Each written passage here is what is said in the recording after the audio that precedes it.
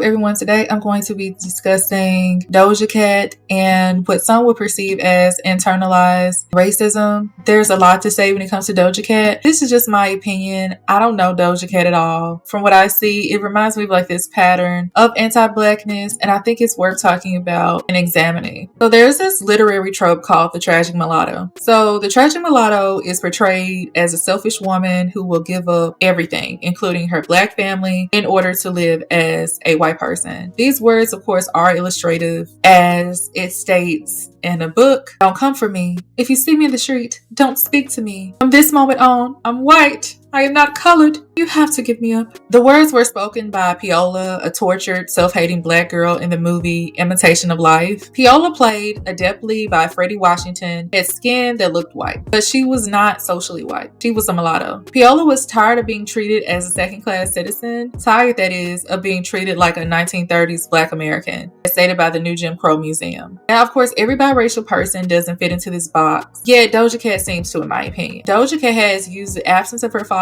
in her childhood to reject her blackness, in my opinion, which has made her drop her curves, her 4C hair, and any attractions of black men, and mock black people, her fans, while still benefiting off of her proximity to blackness. Now that I got my main points out of the way, I'm going to talk about this more. So internalized racism has been talked about for years among black scholars and the black identity. Yet in 1987, Suzanne Lipsky wrote about the conceptualization of internalized racism as a 4-factor model. She says that 1, internalization of negative stereotypes reflects the extent to which individuals accept negative stereotypes about black people. 2, the belief in the biased representation of history reflects the extent to which individuals accept fabricated historical facts. 3, alteration of physical appearance reflects the extent to which participants desire to alter their physical appearance to conform to a Eurocentric aesthetic. 4, hair change reflects the extent to which participants prefer straight, chemically processed hair to natural hair. In the late 1990s, the term internalized racism was coined by the sociologist Karen D. Pike, and she defined it as the internalization of racial oppression by the racially subordinate. In her study, The Psychology of Racism, Robin Nicole Johnson emphasizes that internalized racism involves both conscious and unconscious acceptance of a racial hierarchy in which whites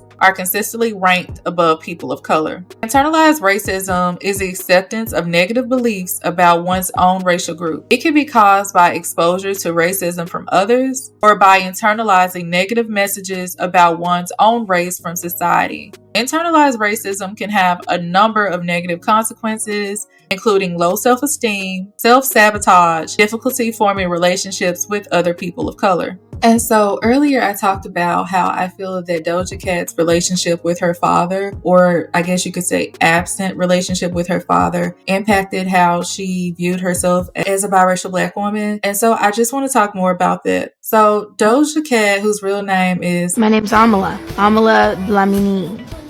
Musically, I go by Doja Cat. Has a Jewish mother and a father who is from South Africa. And I do think that perhaps, again, her not being raised by her father, but her father being kind of seen as an opportunist as Doja Cat became a brighter star, caused a level of resentment.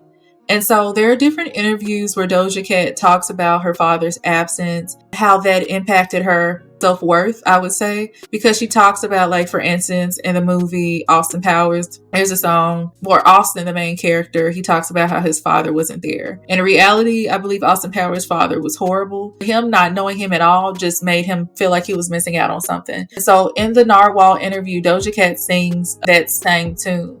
Daddy wasn't there to take me to the Fair, but he was a producer. Yeah, he was. Oh, no, he was a dancer. My brother was a producer. My dad's a dancer. But he also did producing and rapping. For instance, right on this cassette, right here, Mercy. If we turn it over, what do we see on the back? Produced by... Dude, what the fuck? There are other interviews where she meets like a Whoopi Goldberg, and she talks about how her father is a famous actor from South Africa, which he was. Whoopi says how she knew him and how he was a great man. What you doing, Sonny? Get out of here. Yeah, he's Crocodile. Yeah.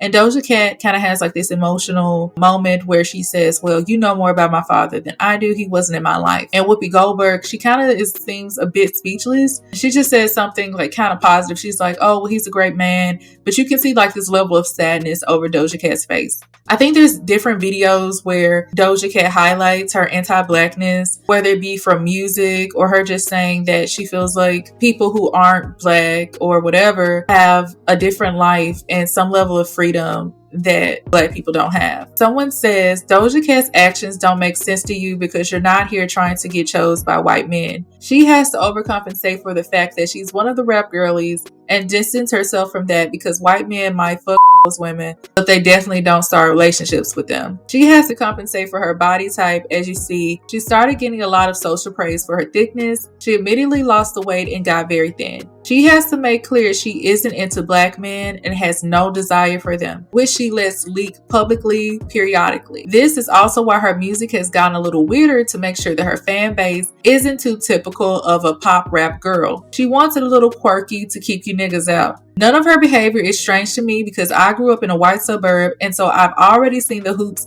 that Black and mixed girls specifically have to jump through to date white men. And so that opinion piece was talking about the fact that Doja Cat says she doesn't date Black men, and she's often seen with like this mediocre looking white guy, whatever have you. Doja Cat definitely has a type. And I would argue that her saying she doesn't date Black men, which is her right, don't get me wrong, but I believe she's saying that because of her relationship with her father. Due to this, a lot of Black men have thrown hate towards Doja Cat. Some people have said, well, you know, Black men say they don't date Black women all the time. You're mad because the preference doesn't want you, whatever. But the issue, I think, isn't so much, again, of Doja Cat dating white men. It's the issue, I think, that people feel like her saying she's only exclusive to them is weird. And the fact that she like currently is dating an alleged racist Jay Cyrus. So Jay Cyrus is formerly a like Vine famous, and he's currently a Twitch streamer. He probed deeper into like history and scandals where multiple young women have came forward claiming that Jay Cyrus emotionally manipulated them during their time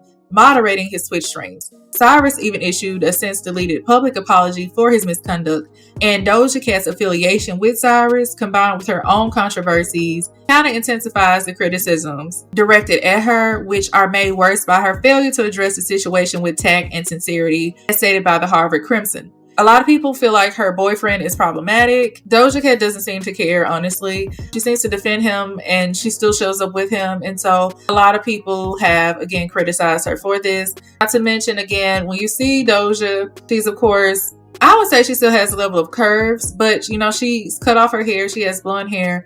And so that has caused some people to believe that she is anti-Black. Another thing that would make someone question whether Doja Cat has a level of anti-Blackness or internalized racism is her relationship with her hair. In addition to her picking the quote-unquote wrong men or problematic men and just having racist slurs in the chat room has been her. Okay, so now I'm going to talk about how she picks her controversial song. In 2015, Doja Cat made a song titled Didn't Do Nothing, a term used to disparage Black victims of police brutality. Y'all ever heard like people say who go to prison, they be like, what you do? And they were like, man, I ain't do nothing. I ain't do shit. You know, I'm just in here whoop de whoop de whoop. That song kind of like, it's like a historical racial context. People feel like that she was out of pocket for that. So there were like people who said they saw her in this tiny chat platform where she was making sexual comments to men who were reportedly members of the alt-right incel community, an online subculture of white supremacists who are involuntarily celibate. In a statement posted to her Instagram, she said that I've used public chat rooms to socialize since I was a child.